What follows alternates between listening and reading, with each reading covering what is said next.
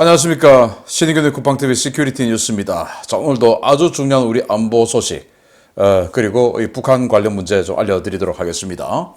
먼저 말씀드릴 것은, 제가 한 며칠간, 여행을 좀 다녀왔습니다. 3년 만에 처음으로 가족 여행을 다녀왔는데, 그 사이에, 저희 편집국장이 코로나가 거의 뭐 완쾌 단계에 이르러서, 한 이틀 진행을 대신 했고요. 그 진행 중에 방송이 매끄럽지 못했던 것에 대해서는 사과의 말씀을 드립니다. 자, 오늘부터 정상화되었습니다. 여러분들도 일상을 즐기시기 바라고요.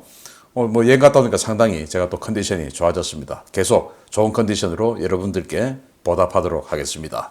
자, 신인균의 쿠팡TV 구독, 알림, 좋아요 눌러주십시오. 첫 번째입니다. 북한의 단거리 무기 기술과 능력이 최근 급격히 발전했으며 북한이 이를 이용해 우리나라의 군사시설이나 고부가 경제시설에 대한 제한적 타격을 실시할 수 있다는 경고가 나와 주목됩니다. 이 같은 도발이 현실화될 경우 전면전으로의 확전이 불가피해 이에 대한 우려가 커지고 있습니다. 북한은 최근 단거리 무기 분야에서 큰 발전을 이루었으며 이를 이용해 한국 내 군사시설이나 고부가 경제시설에 대한 제한적 공격을 실시할 수 있다고 프랑스 싱크탱크 전략연구재단이 현지 시각 1월 17일 경고했습니다. 재단은 유럽연합 EU의 의뢰와 지원을 받아 작성한 북한의 단거리 무기 시스템 보고서에서 최근 북한이 벌이고 있는 일련의 미사일 발사 도발은 과거 소련에서 도입한 단거리 무기들을 현대적이고 정확한 시스템으로 대체하려는 노력의 일환이라고 평가했습니다. 보고서는 북한은 단거리 무기 분야에서 고체 연료 개발, 준탄도 능력 확보를 위해 노력하고 있으며 북한판 이스칸데르인 KN-23, 북한판 에이테킴스인 KN-24, 초대형 방사포인 KN-25가 그러한 노력의 산물이라고 진단했습니다. 보고서는 KN-23은 점진적으로 사거리와 탄도 위력을 강화한 강력한 미사일로 거듭하고 있고 KN-24는 재원상 모든 지형에서 모든 유형의 대상에 대해 사용이 가능하며 KN-25는 최소한의 자원으로 고성능 무기를 생산할 수 있는 능력을 보여주었다 라며 북한의 주요 단거리 무기에 대해 소개했습니다. 보고서는 또 북한은 이러한 발전을 통해 한국 내 군사시설이나 고부가 경제시설에 제한된 공격을 펼 수 있다 라며 이 신형 무기들은 북한의 군사적 선택권을 크게 확장시켰다 라고 평가했습니다. 실제로 단거리 무기를 이용한 군사시설이나 국가 인프라 시설에 대한 제한적 타격은 이번 우크라이나 전쟁에서 러시아가 또 평상시 이란이 사우디를 상대로 자주 사용하는 전술인데요. 적은 비용으로도 전략적으로 큰 효과를 거둘 수 있어 세계 각국이 새로운 위협으로 인식하기 시작한 전술입니다. 재단 측은 이날 보고서 공개와 함께 열린 EU 주최 화상 토론회에서 탄도미사일, 핵무기에 대한 우려는 있어 왔지만 단거리 미사일에 대한 위협은 과소평가되어 왔다 라며 유럽연합과 국제사회가 보다 강력한 대응에 나서야 한다 라고 지적했는데요. 외국에서도 지적하고 있는 이 문제에 대해 우리 군 당국이 정말 제대로 된 인식과 대응책을 갖고 있는지 참 우려스럽습니다. 프랑스에서 이렇게 EU 관련한 주체로 북한의 위협에 대해서 설명을 했는데요. 특이하게도 유럽 같으면 우리 한반도와 지구 반대편에 있는 지역이죠. 그럼에도 불구하고 북한의 ICBM이 아니라 북한의 단거리 전술 탄도무기에 대해서 우려를 표했다는 것인데 그게 뭐냐면은 북한이 이런 단거리 전술 탄도미사일 이런 것들을 확산할 우려가 있다라는 것이죠. 그래서 후티 반군이 이 단거리 전술 무기 탄도미사일을 가지고 사우디의 아람코 유전을 때리고 아람코 정유 시설을 때려서 사우디를 힘들게 만들던지 또 이번 우크라이나 전쟁에서도 봤듯이 러시아가 단거리 탄도미사일 또는 이 순항미사일 그리고 자폭 드론 이런 걸 가지고 우크라이나의 전력 인프라를 지속적으로 공격을 해서 우크라이나의 전체적인 어떤 전쟁 지속 능력 또 국민들의 전쟁에 대한 전의, 내구력 이런 것들을 다운시키는 이런 일들을 하는 것을 우리는 봐왔습니다. 그리고 지금 뭐 우크라이나야 러시아하고 뭐 전쟁을 하고 있으니까 그런 것들에 대한 대응 또는 보복 바로 일어날 수 있지만 그게 아닐 경우에는 이게 뭐 그 군사적 시설 전략시설 이런 걸 타격하는 게 아니고 애매한 어떤 시설을 타격을 했을 때 과연 이걸 가지고 타격을 받은 국가가 전면전에 나설 수 있느냐라는 그런 그 또 의문부호가 달릴 수가 있죠. 그래서 세계 각국은 이런 이제 후티 반군이나 또 이란 그리고 이번 러시아가 수행하고 있는 이런 전쟁 양상을 봤을 때 앞으로 전 세계적으로 이런 양상은 퍼져나갈 것이다. 그러면 이 유럽도 대응해야 된다. 그런데 북한이 이런 무기들을 많이 만들고 그것을 유럽에 위협이 될 수 있는 국가로 확산, 즉 판매할 수 있다. 이거가 되는 것이죠. 그래서 북한에 대한 ICBM 이런 것들만 우리가 신경 써서는 되는 일 아니다. 라는 거예요. 예를 들어서 K-23 같은 북한판 익스칸데르 이게 이제 편심 탄도 비행을 하는 탄도미사일인데 이게 지속적으로 사거리가 길어지고 있다라는 우려를 표했고 또 이 북한판 에이테킴스 이건 뭐 어디든지 단거리로 사용할 수 있는 전술무기다. 그리고 이번에 연초에 김정은이가 나와가지고 이 30기 초대형 방사포 KN-25죠. 600mm 로켓 6발이 장전된 이 다른장 로켓 이걸 30기나 보여주면서 이 부대를 창설했다 하고 부대 창설지를 하고 있는 건데 이런 것들이 유럽 인접한 곳으로 예를 들어서 벨라루스나 뭐 이런 곳으로 전달이 됐을 때 이거 어떻게 해결할 거냐 이제 이런 것이죠. 그래서 북한은 정말 전 세계의 그런 암적인 존재임은 두말할 나위 없이 우리나라도 뭐 북한이 뭐 ICBM을 만들었니 안 만들었니 그건 미국 공격하는 건데 그게 왜 우리가 화들짝합니까? 그건 미국이 화들짝할 일이고 우리는 이런 거에 깜짝 놀라서 야 이거 우리가 대응할 수 있냐 없냐 이걸 봐야 되는 거예요. ICBM 우리한테 안 쏴요. 자 그러면은 우리는 지금 당면한 이 위협 지금 당면한 위협이고 유럽은 미래의 위협이죠. 또 그 위협은 미지수죠. 북한이 또 이렇게 그 유럽 인접 지역으로 전달 안 하면 북한으로 인한 위협은 뭐 유럽은 신경 쓸 이유가 없는데 그래도 약간의 가능성에 대해서 이렇게 신경을 쓰고 있는데 한국은 지금 당면한 확정된 위협입니다. 그럼에도 불구하고 국내 방산업체 살려주느라고 10년 후에 개발하겠다 어쩌고 그런 거에 대해서 국민들은 또 맞아 그러고 있는 게 정말 희한하다. 위협이 아닙니까? 지금 당장 북한은 이렇게 우리를 수백 발의 탄도미사일, 탄도무기로 핵을 생화학 무기를 실어서 때릴 수 있는 능력을 가졌는데 여러분들은 우리 대한민국 국민들은 핵 맞아도 멀쩡할까요? 생화학 무기 노출돼도 멀쩡할까요? 아닙니다. 그런데 왜 단 2개, 3개의 방산업체를 살려주기 위해서 자주국방해야 된다. 라는 말도 안 되는 이야기를 거기다 갖다 붙여서 방산업체 매출을 올려주면서 우리는 10년 동안, 10년 이상 또 어마어마한 예산, 우리 세금을 투입해서 걔들 살려줍니까?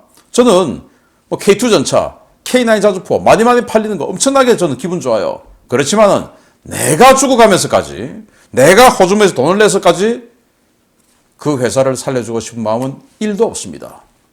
그게 정상 아닙니까? 자, 뭐 정부도 마찬가지예요. 뭐 국산화해서 2030년대 중반에 어쩌고 이따오 소리를 할 거면 정부 그만둬야 되죠. 지금 당장, 내일 당장, 오늘 당장 우리 국민들을 어떻게 살려줄 건가? 라는 것에 대한 답을 해내야 되는 게 정부의 책임이다. 저는 그렇게 봅니다. 자, 북한이 위협이 아니냐? 위협입니다. 보십시오. 엄청난 짓을 그동안 우리 사회에 해왔습니다. 정권이 바뀌고 수뇌부가 교차되면서 국가정보원이 정말 화끈하고 강단 있게 일을 하고 있습니다.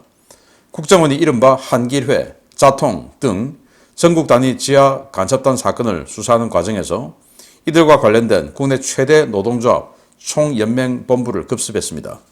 이 사람들 혹시나 했는데 역시나인 것 같습니다. 국가정보원이 1월 18일 오전 서울 중구 소재 민노총 총연맹 본부 사무실에 대한 압수수색 영장 집행에 들어갔으며 민노총 측과 격렬한 대치 끝에 사무실에 진입해 영장을 집행했습니다.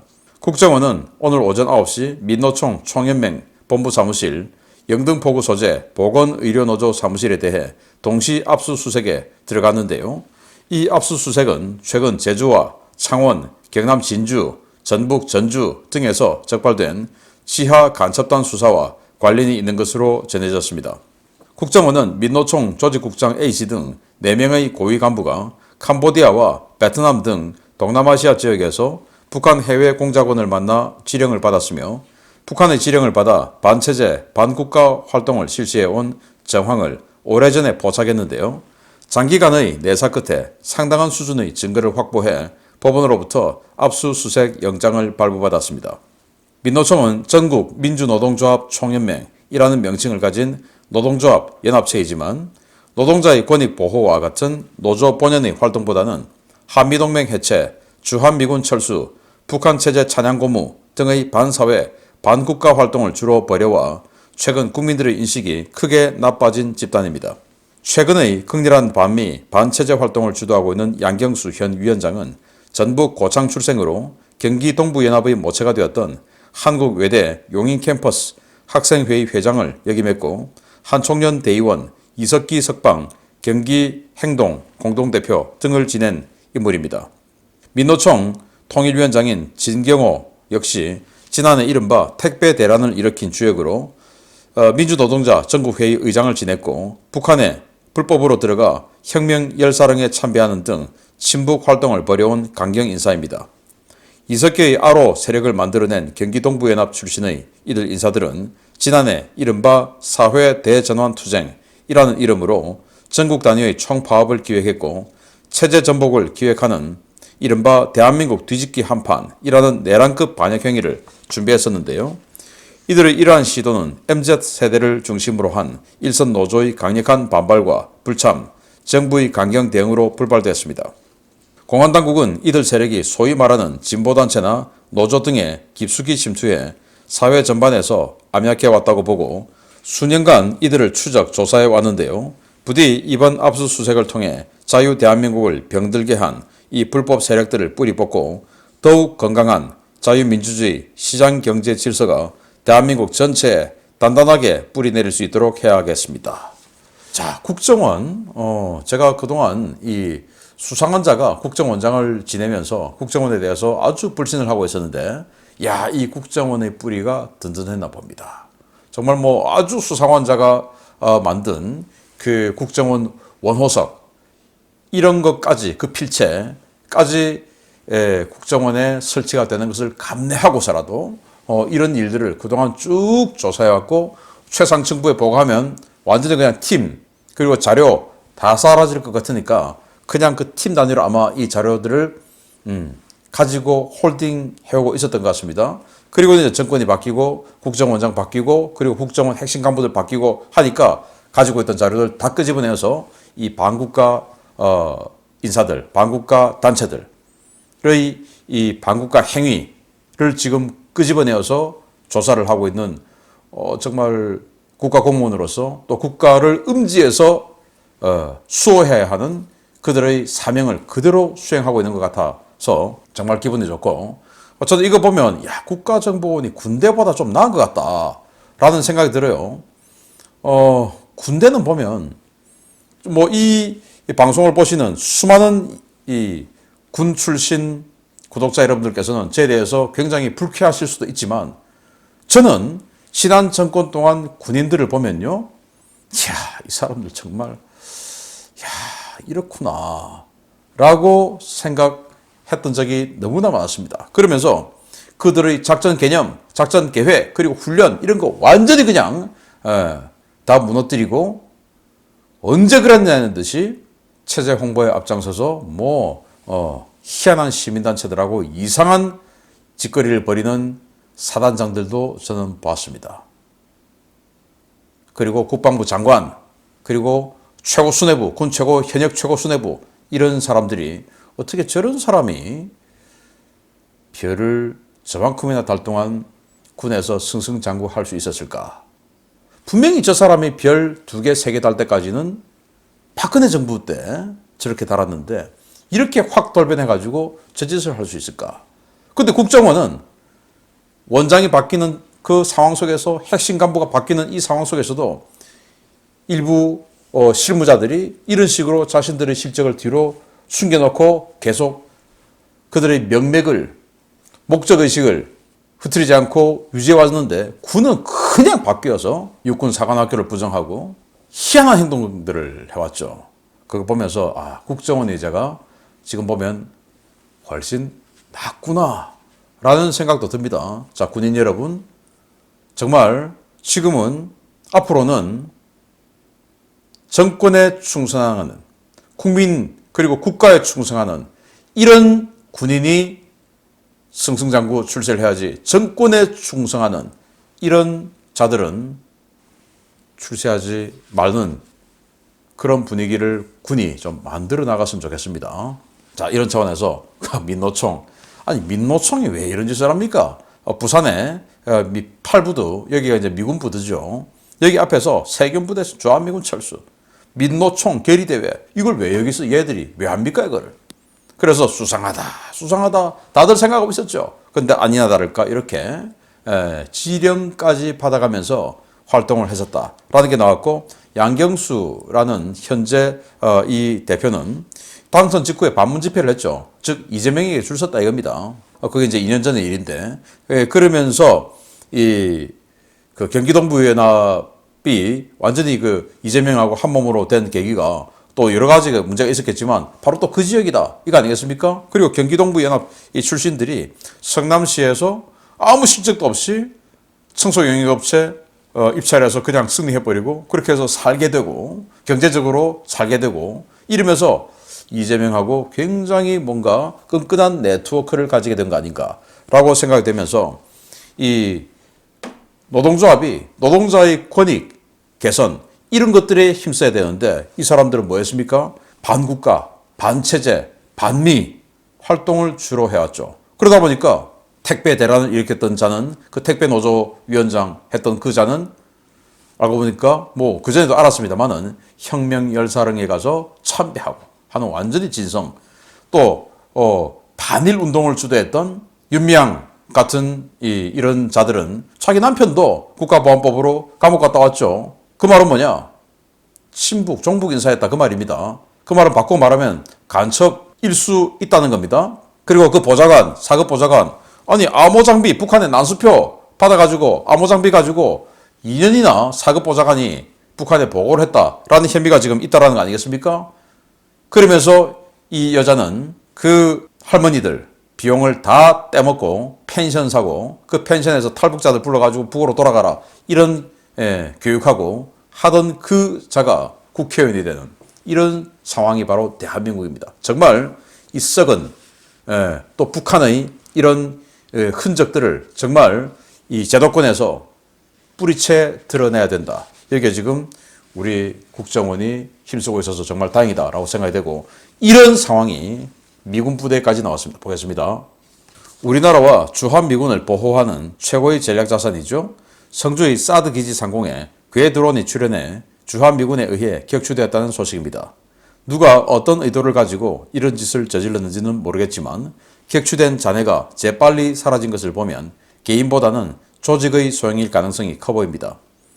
경상북도 성주군 초전면 소재의 주한미군 고고도 미사일 방어체계 사드 기지 상공에 정체를 알 수 없는 괴 드론이 출현했으며 주한미군 측이 이를 격추해 현재 추락 지점 일대를 수색하고 있다고 군 당국이 1월 18일 밝혔습니다. 육군 제2작전사령부에 따르면 이 괴 드론은 전날 낮 12시 54분께 성주기지에 근무하는 주한미군 장병에 의해 발견됐는데요. 이 장병은 외곽 경계를 위한 순찰 도중 괴 드론 한 대가 기지로 접근하는 것을 확인하고 즉각 대응 조치에 들어갔습니다. 이 드론은 프로펠러가 4개 달린 쿼드콥터 방식의 일반 드론이었는데요. 크기는 수십 센티미터 정도로 촬영용 장비가 장착되어 있었던 것으로 전했습니다. 주한미군은 해당 드론을 발견한 직후 적어도 대공 방어팀을 호출해 카운터 드론 건으로 방해 전파를 발사해 드론을 격추했는데요. 드론은 기지 외곽에 추락했지만 누군가 재빨리 수거해 아직까지 군 당국에 수거되지 못한 것으로 전해졌습니다. 군과 경찰은 소성리 일대에 260여 명의 병력을 투입해 이 일대를 샅샅이 조사하고 있는데요. 미군 당국은 해당 괴 드론이 사드 기지 인근의 경북 김천시 농소면에서 이륙해 사드 기지로 향한 것으로 파악하고 있습니다. 사드 기지는 보안과 시스템 안전 운용을 위해 반경 3.7km, 고도 152m까지 비행 금지 구역으로 설정되어 있고 이 주변으로의 드론 비행은 엄격히 금지되어 있는데요. 카운터 드론건에 의해 격추되자마자 군경보다 빨리 달려가 드론을 회수할 정도로 기민하고 민첩하게 움직인 자들, 과연 누구일지 그 정체가 빨리 밝혀졌으면 좋겠습니다. 자, 중국제 상용 드론, DJI, 세계적인 드론 회사인데 그런 데 있는 거 70만원짜리, 100만원짜리 요만합니다. 이게 엄청나게 성능 좋아요. 아마 그런 거일 거로 보는데 저는 또 이걸 보고 야, 우리나라는 이거보다 훨씬 큰 4m짜리 드론이 왔다 갔다 해도 우리 군 발견도 못하고 금강산까지 이거보다 훨씬 더 큰 게 왔다 갔다 해도 군 알지도 못했는데 여기 미군 기지에 있는 이 주한미군은 그냥 바로 본 거죠. 그렇게 해서 대응팀 불러가지고 카운터 드론건 전파를 쏴가지고 이 드론의 원래 애초에 이 드론에 통제하는 그 시스템 있지 않겠습니까? 조그만 이제 모니터 같은 거 들고 이렇게 조작하는 데가 있는데 거기하고 통신을 끊어버리고 다른 방해 전파를 쏴서 추락시켜버리는 그 카운터 드론건 그걸 사용해서 추락을 시킨 거예요. 그런데 하필 그 추락한 것이 이 기지 내부, 즉 과거 롯데 골프장이었는데 이 골프장 내부에 추락한 게 아니고 그 밖의 야산 인근 그 마을 인근에 떨어진 거예요. 그걸 순식간에 이제 누가 주워갔다. 그 말은 조작하던 자, 또 그 주변에 대기하던 자들이 조직적으로 있었다라는 말이 되고 추락하니까 증거 인멸을 위해서 신속하게 주워갔다라는 것인데 이 정도로 조직화됐다. 아마 이 앞에서 주한미군 철수하라 라고 하면서 시위하는 그 자들도 좀 혐의가 뭔가 또 의심이 갈 만한 정황이죠. 자, 이런 대한민국 그리고 한미동맹을 해체해서 이 대한민국을 완전히 무너뜨리고자 암약하는 자들 민노총 오늘 압수수색했고 또 이런 자들 전부 밝혀내서 싸그리 드러내야 되고 이들하고 연결되어 있는 정치인이 있다면 아무리 높은 자리에 있고 또 아무리 높은 자리에 있었다 하더라도 전부 백주대낮에 다 끄집어내어서 밝은 광선 속에서 그들의 민낯을 우리 대한민국 국민 전체에게 화끈하게 보여줘야 되겠다라고 생각합니다. 그 자들이 누군지 여러분들 머릿속에 이름들이 탁탁 얼굴이 탁탁 떠오르시죠? 제 마음과 똑같습니다. 같이 하겠습니다. 마치겠습니다. 감사합니다.